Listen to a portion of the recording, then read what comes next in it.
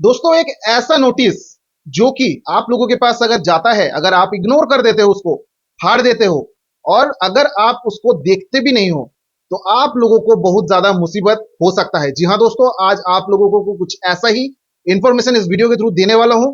Video पूरा and तक देखिए बिना स्किप किए हुए, क्योंकि ये जो भी वीडियो है बहुत ज्यादा इंपॉर्टेंट वीडियो है। आज के टाइम में बहुत सारे लोगों के पास ये नोटिस गया है, कौन सा नोटिस है वो भी बताऊंगा, क्या करना है वो भी बताऊंगा और इग्नोर करने पर क्या हो सकता है खतरा आप लोगों के ऊपर, वो मैं आप लोगों को बता दूंगा इस वीडियो में। अगर आप लोग नए हो, अभी तक सब्सक्राइब बटन प्रेस नहीं किया हो तो सभी से मैं रिक्वेस्ट कर रहा हूं, सब्सक्राइब बटन प्रेस करके बेल आइकन को जरूर जरूर प्रेस करें। इससे क्या होगा, जो भी लोन रिगार्डिंग इन्फॉर्मेशन आप लोगों के साथ शेयर करूंगा इंस्टेंटली आपको नोटिफिकेशन में मिल जाएगा।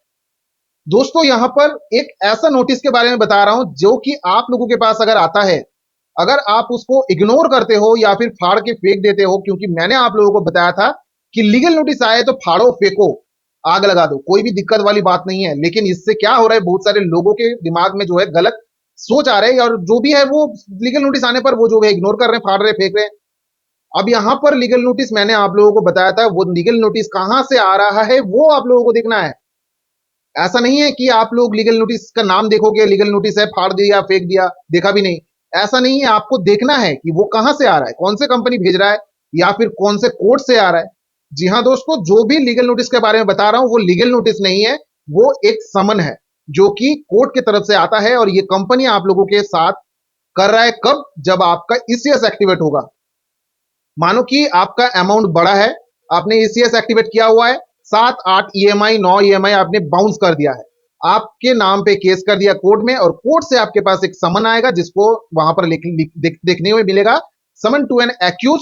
कोर्ट का नाम होगा, वर्सेस लिखा होगा कि कौन सा कंपनी भेजा है, वर्सेस आपका नाम, आपका एड्रेस लिखा होगा और उसमें आपको बुलाया जाएगा। कोर्ट का डेट भी होगा कि आपको इस तारीख पर, इस मतलब डेट को, इस तारीख का, इस टाइम को आपको वहां पर हाजिरी रहना पड़ेगा, मतलब अपियरेंस वहां पर देना पड़ेगा।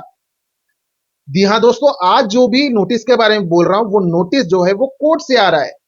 कोर्ट का नोटिस जो भी होता है वो नोटिस आपको इग्नोर करना ही नहीं है। अगर आप इग्नोर कर देते हो तो आप लोग मुसीबत में और ज्यादा पड़ोगे, क्योंकि ये जो भी है कोर्ट का नोटिस है।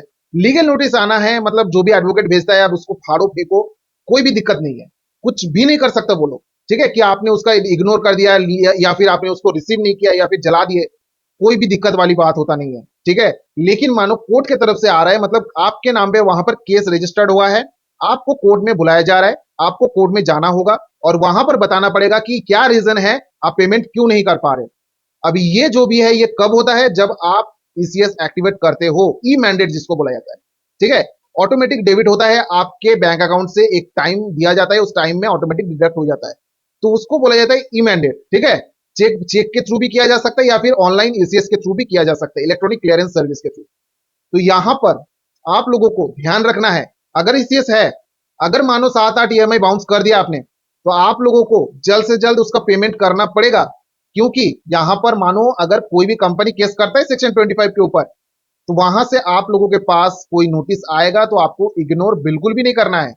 उससे पहले मानो कि अगर आपने बाउंस कर दिया है, 6 7 ईएमआई आप समझ लो, उसके पहले कोई भी केस नहीं करेगा। 6 7 ईएमआई 8 ईएमआई बाउंस करेगा तभी वो लोग केस करेगा। ठीक है, जो भी ईएमआई अमाउंट होता है वो थोड़ा बड़ा होना चाहिए।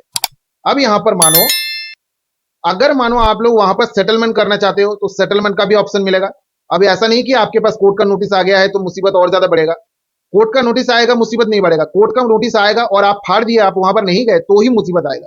अगर आप वहां पर चले गए तो वहां पर आपको ही फायदा मिलेगा। अब वो फायदा कैसा होगा, 10 लाख का लोन है, आपने पेमेंट नहीं किया है, अगर मानो कोर्ट में अगर केस करता है, लोक अदालत में ट्रांसफर करेगा। बहुत सारे ऐसे मैंने केसेस देखा है, लोक अदालत में ट्रांसफर हुआ है जो कि वहां पर जाके 2 लाख 2.5 लाख में या फिर उससे कम में भी सेटलमेंट हो गया है। एक ही मतलब टाइम पे जो है सेटलमेंट हो जाता है, कोई भी देरी नहीं लगता है, इंस्टेंटली सेटलमेंट होता है। अब पैसा दो, सेटलमेंट का लेटर लो और एनओसी भी ले लो। लोक अदालत का जो भी वहां पर डिसीजन लिया जाता है, इतना स्ट्रॉन्ग डिसीजन होता है, इतना पावरफुल डिसीजन होता है। अगर कोई भी बैंक एनबीएफसी अगर बोलना चाहे कि भाई ये मैंने डिसीजन लिया था, ऐसा डिसीजन मैं मानता नहीं हूँ, फिर से परेशान करूंगा, अगर कोर्ट में, सुप्रीम कोर्ट में जाकर वहां पर उसके अगेंस्ट जो भी है फाइल किया केस, तो वो केस जो है रद्द हो जाएगा, क्योंकि इतना पावर है लोक अदालत में। ठीक है, तो आप लोगों को बता रहा हूं यहां पर डरना बिल्कुल भी नहीं है, बस आपको बता रहा हूं क्या करना है। अगर आपको देखने को मिले कि कोर्ट से नोटिस आ रहा है, समन टू एन एक्यूज लिखा है, कोर्ट का स्टैंप लगा हुआ है और जो भी है, आप अगर ई कोर्ट सर्विस में जाके केस का नंबर अगर डालते हो और आपका नाम वहां पर शो करता है, मतलब आपके नाम पे डेफिनेटली केस वहां पर रजिस्टर्ड हुआ है। अगर हुआ है तो आपको जाना ही पड़ेगा। अगर आप देख रहे हो कोई भी केस नहीं है, फेक आ रहा है, बहुत सारे फेक नोटिस भी है, चेक करना पड़ेगा ई कोर्ट सर्विस में। अगर ई कोर्ट सर्विस में चेक करते हो तो ही आप लोगों को पता चलेगा ये फेक है या फिर जो भी है ओरिजिनल है। तो अगर आप लोगों को देखने को मिलता है ओरिजिनल है तो आपको जाना पड़ेगा, अगर फेक है तो कोई चिंता वाली बात ही नहीं है, आप लोगों को कोई भी डरना नहीं है। लेकिन आप लोगों को बता दिया, जो भी नोटिस आ रहा है देखना जरूर, चाहे आप लोगों को कोर्ट से नोटिस आ रहा है या फिर कोई लीगल नोटिस आपको भेज रहा है, ठीक है, पढ़ना है उसमें लिखा क्या है। ऐसा तो कोई भी चीज वहां पर लिखा नहीं कि वो कोर्ट से वो रिलेटेड है, ठीक है। कोर्ट का समन होगा तो कोर्ट का स्टैंप होगा, कोर्ट का जो भी जज होगा उनका नाम भी लिखा होगा, ठीक है।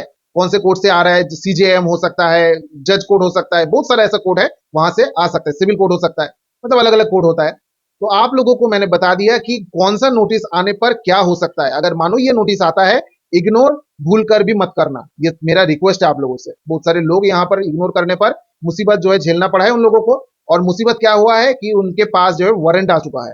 अब वारंट आएगा तो वहां पर दिक्कत आएगा, ज्यादा से ज्यादा खर्चा होगा आप लोगों को, ठीक है, बस यही चीज होगा। तो दोस्तों यहाँ पर आप लोगों को बता रहा था कि अगर मानो जो भी नोटिस आता है इग्नोर करते हो तो आपके साथ क्या हो सकता है, कौन सा नोटिस है, सारा कुछ डिटेल वाइज क्लियर कर दिया है वीडियो के थ्रू। अगर वीडियो अच्छा लगा है तो लाइक करें, दोस्तों के साथ भी शेयर करें, सब्सक्राइब बटन प्रेस करना ना बोले, तब तक के लिए चल रहे टेक केयर, जय हिंद जय भारत दोस्तों।